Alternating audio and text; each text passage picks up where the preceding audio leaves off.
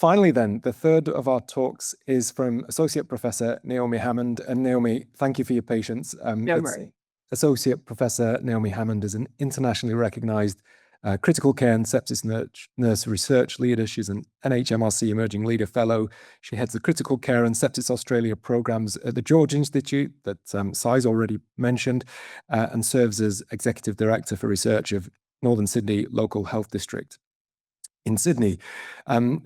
Lots of academic and leadership appointments that reflect Naomi's leadership in this particular field of sepsis, where she has also been successful in having a program funded looking at the management of children and adults after a sepsis diagnosis. So Naomi, I'm going to hand straight over to you to talk about post sepsis care. Thank you. I understand that I'm in question time now, and the session is meant to finish very soon, so I'll rush through. Thank you, Adam. I really appreciate the invitation to come and present on some of the work we're doing together and with other groups in Queensland particularly, and with the Australian Commission.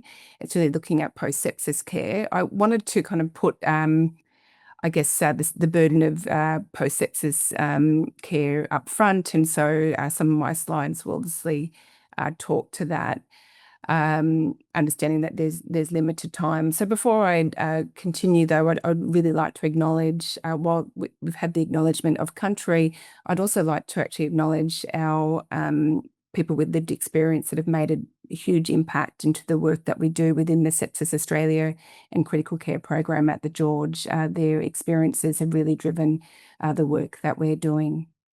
And so while I understand many of you are not intensive care clinicians in the room, I guess I just wanted to put forward, mostly for us in the ICU, that really sepsis is not just an ICU problem, and it's not just something that only occurs within the ICU. So we know that there's this burden from very early on out in the community to pre-ICU. If you end up getting there, you might have sepsis on the ward.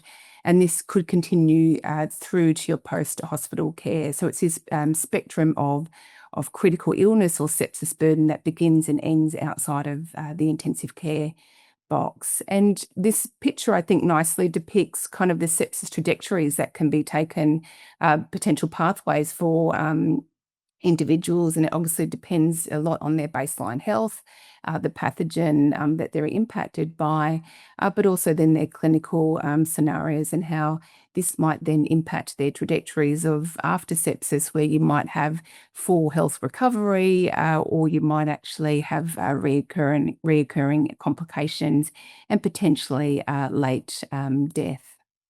And so while we know mortality is actually, the mortality burden is high, we do know that there is increasing survivorship really related to the improvements in the work, in treatments that we're giving to patients.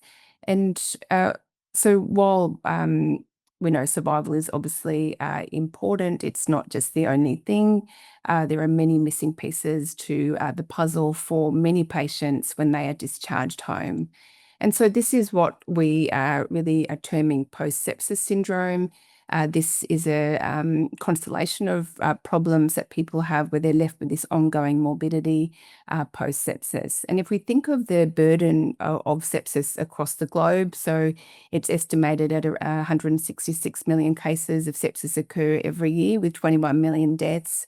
And if there's around 50% of survivors who are impacted by post-sepsis syndrome, then we know there's a huge burden of post-sepsis syndrome. So around 70 million potentially could be impacted by this syndrome globally. And so what it looks like, it's a vast and complicated condition that has a whole spectrum across psychological health, cognitive problems, physical concerns. And we know that many of the physical concerns can actually be quite impactful with limb amputations. And so this ongoing impact and recovery is obviously a hurdle for many patients. And so formally, post-sepsis syndrome is defined, I think, nicely in this work by Van der Sleek and colleagues, where it's considered to be a medical, psychological, or cognitive problem that arises after sepsis that can persist for weeks to years after hospital discharge and negatively impacts functioning of an individual of which no other alternative diagnoses can be found. And so it impacts, so just go back, all of your health, all of your body systems. And this is why it is so complex. And we do know that because of the inflammatory dysfunction of sepsis, that this is probably very much related to why there's ongoing impacts and late mortality and ongoing readmissions. And so these are just some of the numbers of the major concerns about these increasing readmission risks and increasing, ongoing late mortality, where it's quite substantial over the years. And if you look at from a readmission risk, around 60% are potentially readmitted in the year. And many of these readmissions are related to having a secondary, second sepsis episode. And so something for us as clinicians to be aware of. And so we at the George Institute and at Sepsis Australia have partnered with the Australian Commission on Safety and Quality in Healthcare to really drive national impact around sepsis in general, from early awareness, but also to this post-discharge care, where looking at coordinated care and discharge is obviously very important for our survivors, those who are bereaved by sepsis, and also for family members. And many of you may be aware of the National Sepsis Clinical Care Standard. I hope you are. If you're not, please have a look at this. And these are standards for health services to reach across the spectrum of care. And importantly, the care after hospital and survivorship has been brought into this National Clinical Care Standard, where health services do have to have some level of care and coordination for survivors.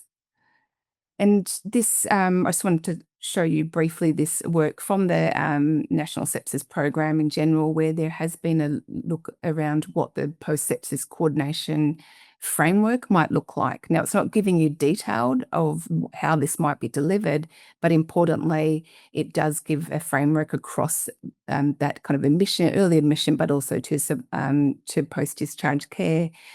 This is for sepsis survivors, but there's also one for those who are bereaved by sepsis. And there are also discharge planning and resources. These are from the Commission's website, but I know the Queensland Sepsis Program also has their own documents that people can use when they're discharging patients who have had sepsis. And so they've got information that they can take to their primary care physician around what they experience, but also that they could potentially have post-sepsis syndrome. And here's a screening tool. This is what they can look out for. And so the work that Adam mentioned that we are doing together, so we're really looking at building a post-sepsis model of care. We're doing this in partnership with the Clinical Excellence Queensland, Sepsis Australia and the George, and also the Commission. And it's a program of 5 work packages where we're trying to scope the literature and understand what current models of care are out there for sepsis, undertake stakeholder engagement through focus groups and interviews and surveys, undertake some consensus work to then go and develop a model of care that we will pilot test. And this is both in the paediatric population, and that's being led by Professor Debbie Long, and also in the adult population, which is the work that I'm leading. I wanted to quickly show you that some of the work from the scoping review, the results of what we found, and it's essentially pretty disappointing, where really, whilst we found 114 papers across the globe, there were only 8 Australian-specific papers that reported on some kind of post-critical illness follow-up service. There were no sepsis-specific papers, and many of the critical illness follow-ups were usually a single intervention, like it might have just been testing peer support, versus a multi-component intervention. And this slide just shows you some of the results of what the types of care were across the Australian papers versus the international papers, and for sepsis, some obviously very common things there like medical review, health questionnaires, rehabilitation, etc. But I won't go into that. We're looking to publish that by the end of the year. So hopefully we'll have results for people to review in more detail. And so we're pulling together all of this data, as mentioned, to really develop a post-sepsis model of care. We understand that it won't necessarily just be one type of model, but we'll be piloting one type of model within the adult and the pediatric populations. And so we're currently, I hope that we can get these slides shared after this, Adam, just where we're looking for people to get involved in developing what components of care we should be including in a sepsis model of care. And we've got a survey that's currently out at the moment. It's a Q-sort survey, so a little bit different, where you have to prioritise what you think is important and then build that into your responses, and then we analyse that based on stakeholders that have been represented within this survey.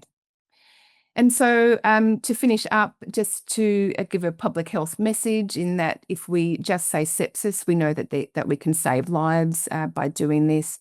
We can build awareness around what sepsis is and create that necessary urgency that we should have for when we suspect sepsis or our patients are concerned that they may have had sepsis.